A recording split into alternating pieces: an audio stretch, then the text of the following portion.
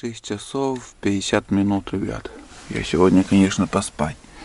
0 градусов на улице. Ну и ночка была. Сегодня ночью 5 мышей попалось на мышеловку. Просто невозможно было спать. Я обе мышеловки, с коридора тоже сюда занес. Вот вторую.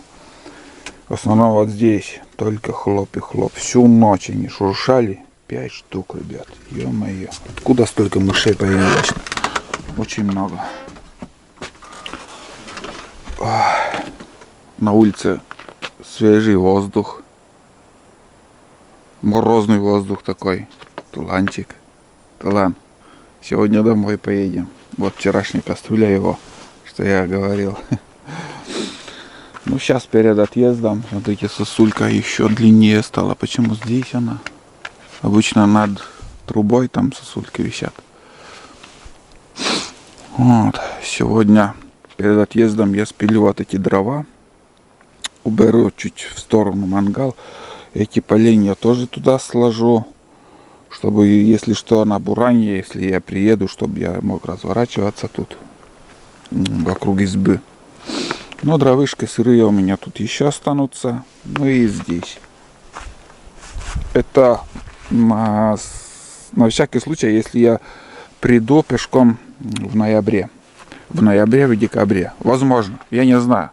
В прошлом году не получилось. Может быть, в этом году получится. В ноябре приду. Хочется еще погулять, побродить. Как бы месяц побуду дома. Отдохну капитально. И снова потянет меня в лес. Да, и уже через неделю меня потянет. Потому что лес это мое. Но и зимой тоже, конечно, мало что есть у нас в тайге, но да хоть просто погулять. Вот как дымит. Смотрите, какой ветер сегодня. И деревья вокруг избы такие высокие. От того и бойся, чтобы на избу не свалилось. Ветром, повалит и все, хана. Опять ремонт. Вот. А сейчас я буду собираться потихоньку. Собираться, надо посуду помыть. Очень много посуды набралось, котелки. И сковороду надо помыть. Пожарить яичницу перед отъездом. Поесть. Все это буду потихоньку делать. Поменял аккумулятор, разрядился. Короче, сегодня 22 число. 22 октября 22 года. Вот такие дела, ребята. Ну все. Сперва начну с этого бардака потихоньку брать. Потом отсюда все это надо убрать. И постепенно все. Мышеловку одну вынесу обратно.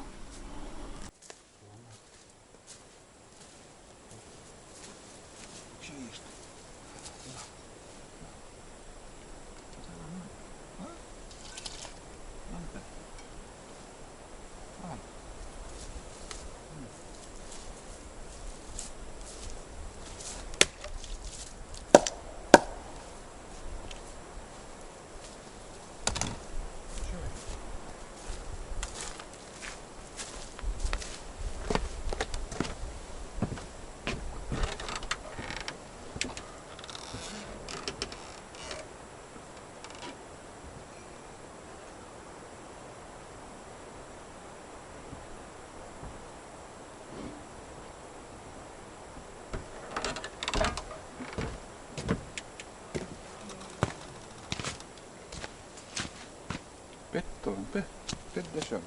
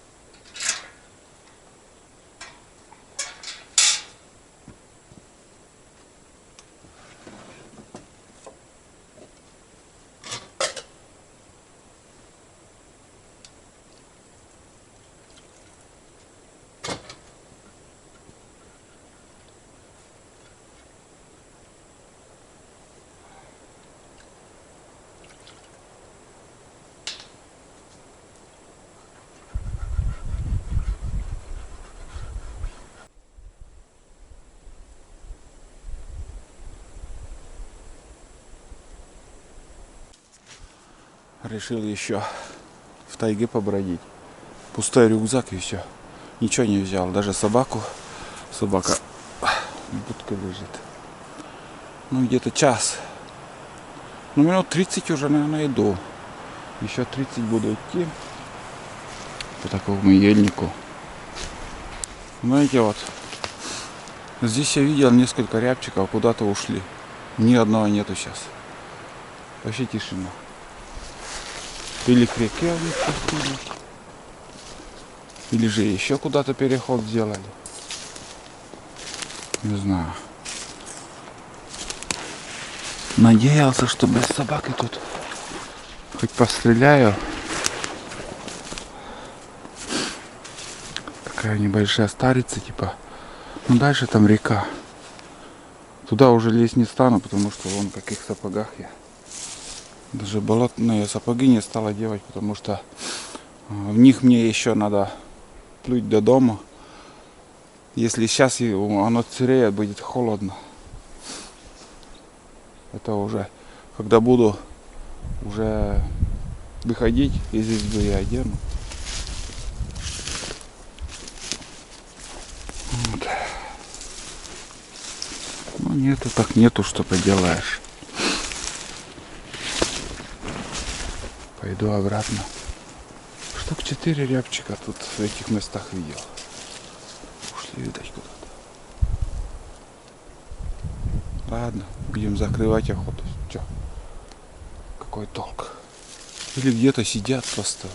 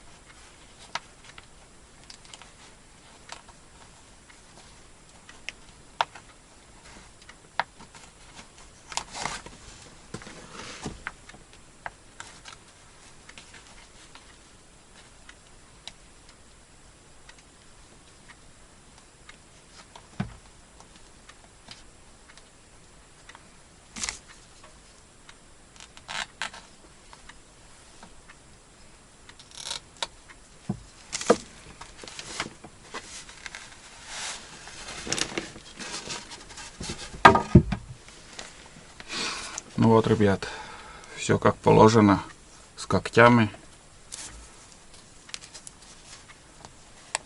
Вот. Дома я еще буду обрабатывать. И уже выверну еще там дома. Две школки вот хорошие. Одинаковые с размером. Но один чуть-чуть покрупнее по лапам, вот задним лапам. Сантиметров 5 покрупнее. Вот. Посмотрим, удастся, нет, там продать. Если нет, так моль съест. По-другому никак. Никуда его не используешь. Сейчас шапки такие из пушнины не шьют. Время начало лететь. Сперва как-то спокойно так, не спеша, думал, целый день. А сейчас уже смотрю, блядь, 10 час.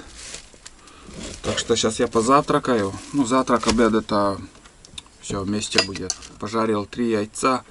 Ну и на скорую руку еще заправил лапшу. Сваркой заморачиваться уже я не стану. Съем, что есть. И больше снимать вот это все. По мелочи хоть не выключай камеру. Все это снимай, это снимай. Тоже не стану. Так как время отнимает море. Я сейчас буду завтракать. Соберусь. Как все готово будет к отъезду. Тогда и включусь камеру. А там уже по пути надо, чтобы не забыть еще за фотоловушкой остановиться возле реки, которая стоит на тропе у бобров. Хорошая тропа, не знаю, в кадр кто-то попал или нет.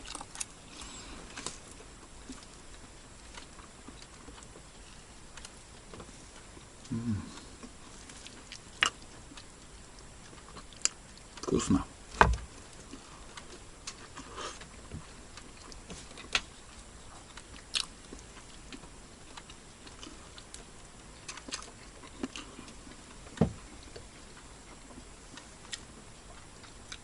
Дрова есть, дрова заготовил. Если что, если пешком приду на пару ночей, у меня все есть. Еды тоже много осталось. Рис 2 пачки. Еще полпачки с прошлого раза.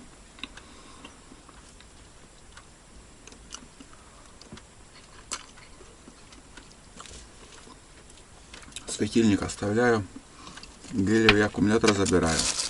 Блин, не разрядилась. Сколько там я пользовался. Нормально подзарядил.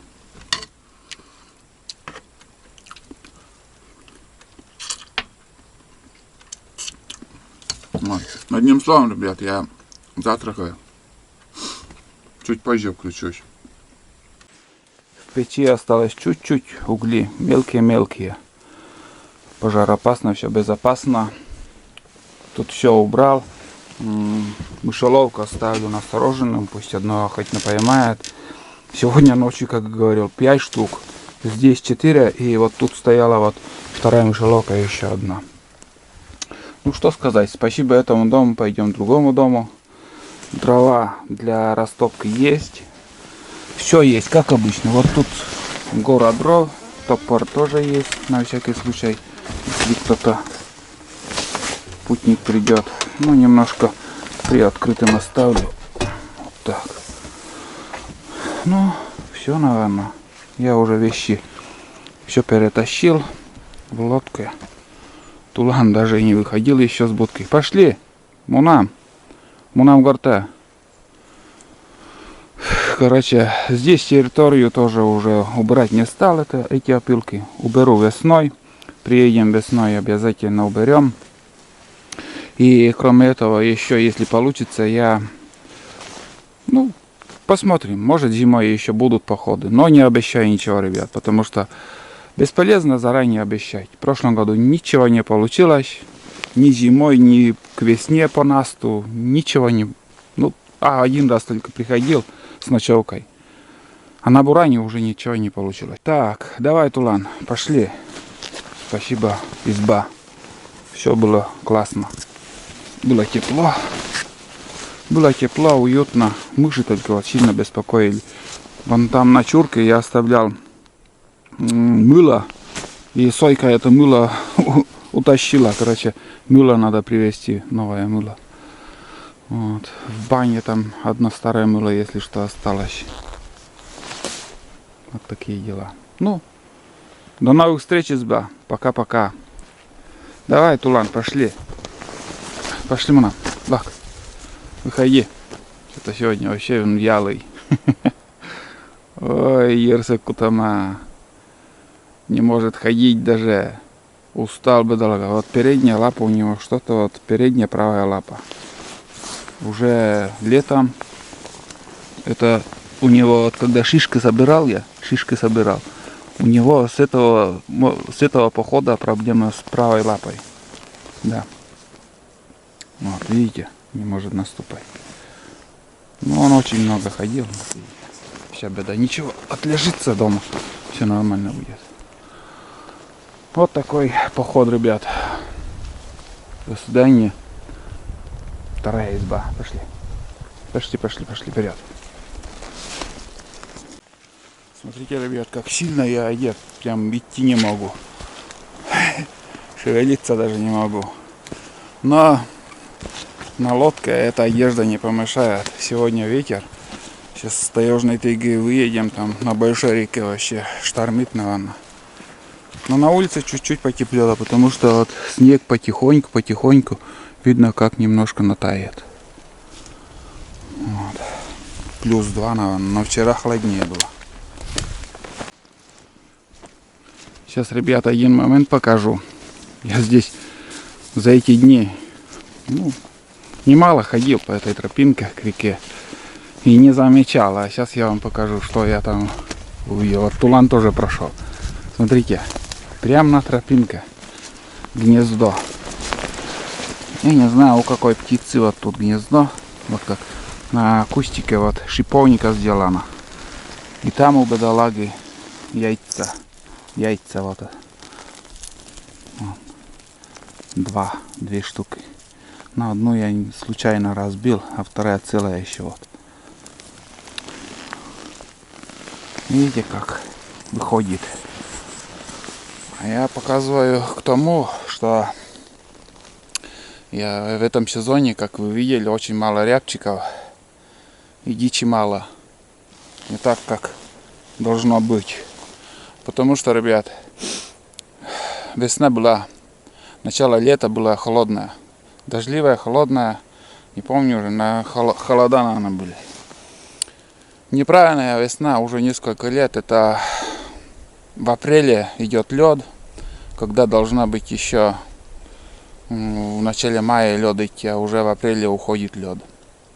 В начале июня, когда картошку сажаем, тогда заморозки сильные. Вот поэтому птица не выдерживает. Она по весне делает гнезда, но она не выдерживает морозы, уходит с гнезд, и вот эти яйца, вот это все погибает. Это у большинства боровой птицы, скажем, из 100%, думаю, 80% так погибают и оставляют гнезда. Рябчики, глухари и все остальное. Но еще, знаете, вот удалось добыть куниц в этом году. Хорошо, что удалось, потому что очень много куниц, очень много. Тоже вот эти гнезда дербанят, тревожат, как сказать, птиц боровых. Убивают выводков, что вот куницы, что лисы, горностаи и все это дело. Так что не виноват охотник. Ну, охотник добывает свое. Ну вот и я показал свою охоту, этот сезон. И делайте выводы, сколько я птиц видел, сколько там подходил, сколько облаивал тулан, и сколько там без камеры, там, ну, толку, вылетит, улетит и все. Я не снимал. И сколько выстрелов я сделал. Вот какой процент выстрелов и добычи из того, что вот я видел. Просто представление у некоторых зрителей такое, что вот птицу увидела уже твоя. Нет, конечно же. Из 10 шансов, может, один выпадет там, выстрелить или попадешь или нет еще. Нет. Всему вина, ребят, тому, что все исчезает, это, имею в виду боровой птицы, это то, что природа изменилась и, как сказать, по весне очень много птиц просто погибает. Уже несколько лет. Вот когда я был молодым школьником, к 9 мая открывается, как сказать, река. 8 и 9 ледоход. Всегда так было. Река закрывается в начале ноября, уже все, лед стоит. А сейчас до декабря река не закрывается, лед не встает. Все как-то изменилось в климате, в природе, что тулан там сидит уже. Надеюсь, поняли. И это гнездо пример тому, что просто птицы погибают. Вот, вроде ничего не забыл. Вещей море. Что приезжаю, что выезжаю, что на буране, что на лодке. Да, Тулан? Вода, смотрите, уровень воды. Уровень воды, вот та палка. А от этой палки где-то сантиметров 5 ушла вода. Потом уже вода поднялась, еще 5 уходила. И как я приезжал, вода пришла еще сантиметров 8. С вчерашнего дня сантиметров 4 вот пришла. Такой уровень. Ну, вода стремительно начала подниматься. После дождей, после снега. Снег вот все растаял, вот тут было все в снегу. Все потихоньку тает и все уходит. Река начинает подниматься. Вот. Короче, сейчас, что я поеду, и чтобы не забыть, надо остановиться у фотоловушки. Да, Тулан? Тулан просто устал. Он просто устал. Ему надо отлежаться пару дней. И что-то слабо, я не знаю что. Уже с лета. Там ничего нету, ничего не найдешь. Может, вывих какой-то у него, я не знаю. Но проблема какая-то есть. Всегда какая-то проблема. Но в этом году, как в прошлые года, этой беды не было, что он блевал, там вялость какая-то, такое не было. Потому что я барс капал ему перед походом и обрабатывал собаку от клещей, от всего. От всяких зверей, гадостей. Так, надо ехать, болтаю.